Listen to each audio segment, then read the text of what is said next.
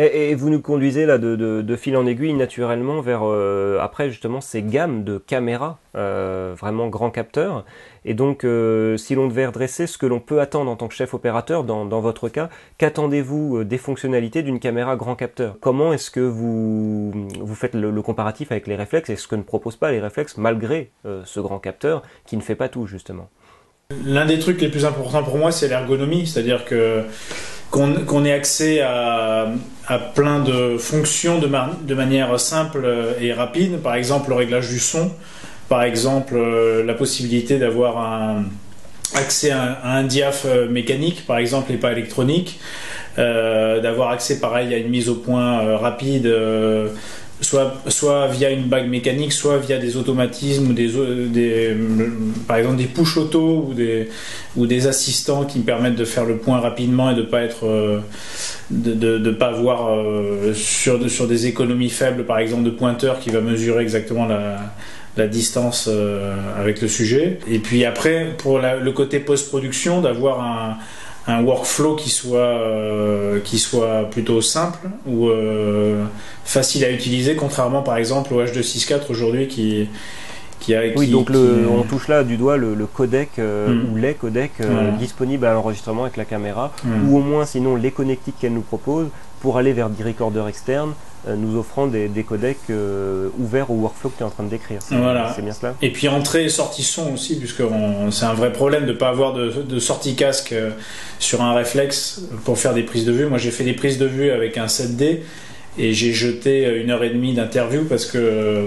dans une forêt avec beaucoup de bruit aux alentours, sans pouvoir écouter ni monitorer le son. Bon, il y a plusieurs points à propos des DSLR. Le premier, on en a parlé, c'est effectivement donc du coût, tout simplement, c'est-à-dire de la logique économique qui consiste à avoir des appareils qui sont plus accessibles, en tout cas au moins au niveau du corps nu. Après, évidemment, les accessoires, tout ce qui est complémentaire, les optiques notamment, ça peut effectivement changer beaucoup le prix, mais voilà, bref, on est sur une logique plus accessible. Et après, les défauts, effectivement, donc Jean-Charles, je suis d'accord avec lui, l'ergonomie, point 1, et puis point 2, moi j'irais même plus largement, simplement la qualité de l'image. C'est-à-dire que je disais tout à l'heure, effectivement, ce qui est intéressant avec la plupart de ces solutions grand capteur, un des trucs les plus intéressants, c'est véritablement le cheminement optique. Et sur ce point-là, honnêtement, les DSLR, les HDSLR sont tout à fait là. On peut utiliser des optiques très intéressantes, des optiques pour les photos, des optiques pour le cinéma.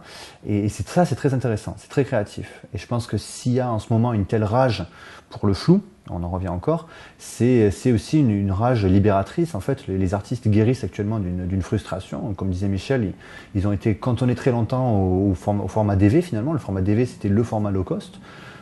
Généralement des petits capteurs, donc tout d'un coup quand on les libère de ça, évidemment ils vont se venger un petit peu de l'humanité et puis ils vont faire des films avec beaucoup de flou. Et ça c'est bien, c'est intéressant, d'un point de vue culturel, si on prend un peu de recul, c'est vraiment intéressant. Maintenant quand on vient à la machine elle-même, effectivement ça reste très primitif quand même un HDSLR.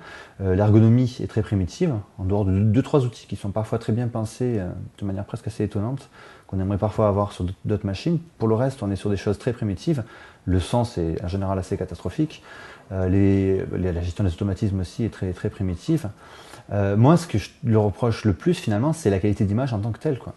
Je ne parle pas du tout de la qualité du flou optique. C'est-à-dire qu'on peut faire du flou, on peut faire une image très intéressante au niveau artistique, mais s'il faut qu'on lui rentre dedans un peu dans cette image, entre la gestion du capteur, donc en général un capteur dédié à la photo, et derrière l'échantillonnage du signal et sa compression, il y a des pertes à tous les étages qui sont extrêmement conséquentes.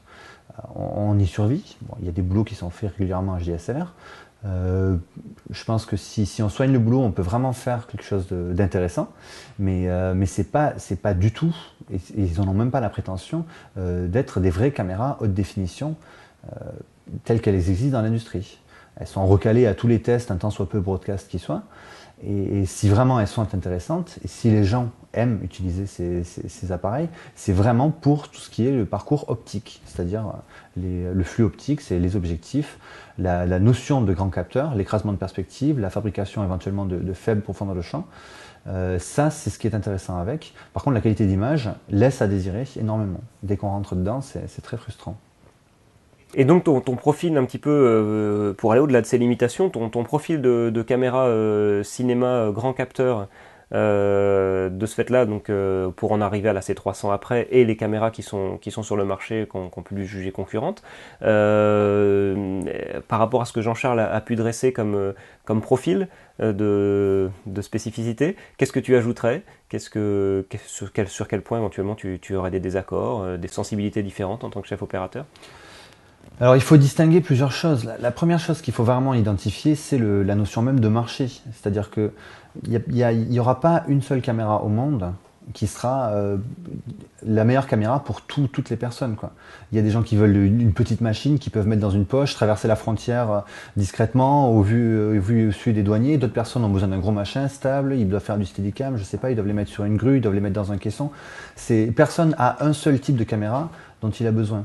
Donc du coup l'industrie s'efforce de répondre plus ou moins avec une certaine échelonnage des appareils, avec une gamme complète d'appareils.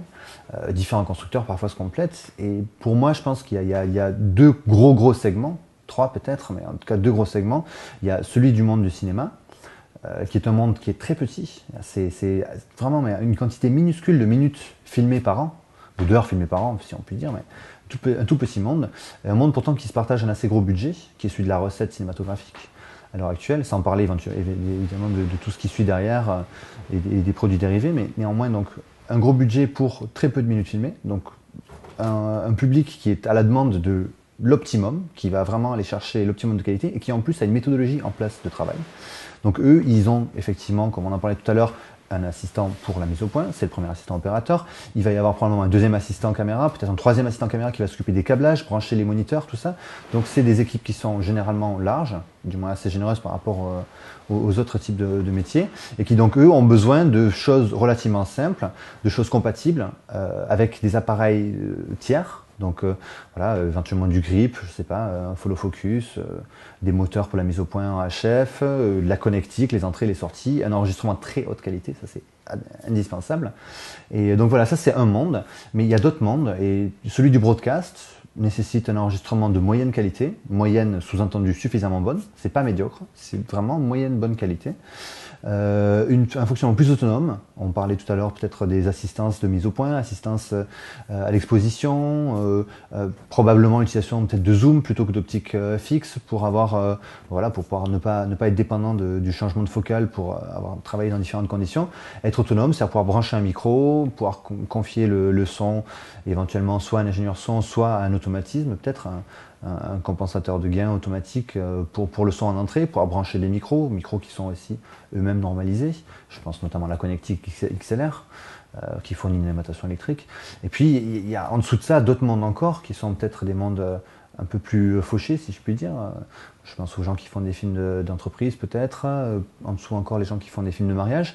C'est des marchés qui sont eux par contre énormes, qui produisent une quantité spectaculaire de minutes ou d'heures de films par an. Donc c'est un marché qui a moins d'argent par heure de programme fourni, mais qui est tellement énorme que les industriels sont obligés d'y répondre avec des appareils.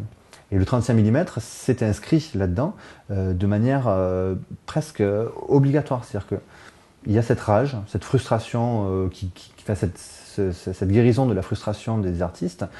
Ils veulent pouvoir travailler avec des optiques, ils veulent pouvoir travailler avec la profondeur de champ, peut-être travailler avec la perspective. L'écrasement de perspective, c'est très important. On peut utiliser une longue focale avec un grand capteur. Une longue focale, ça donne du champ.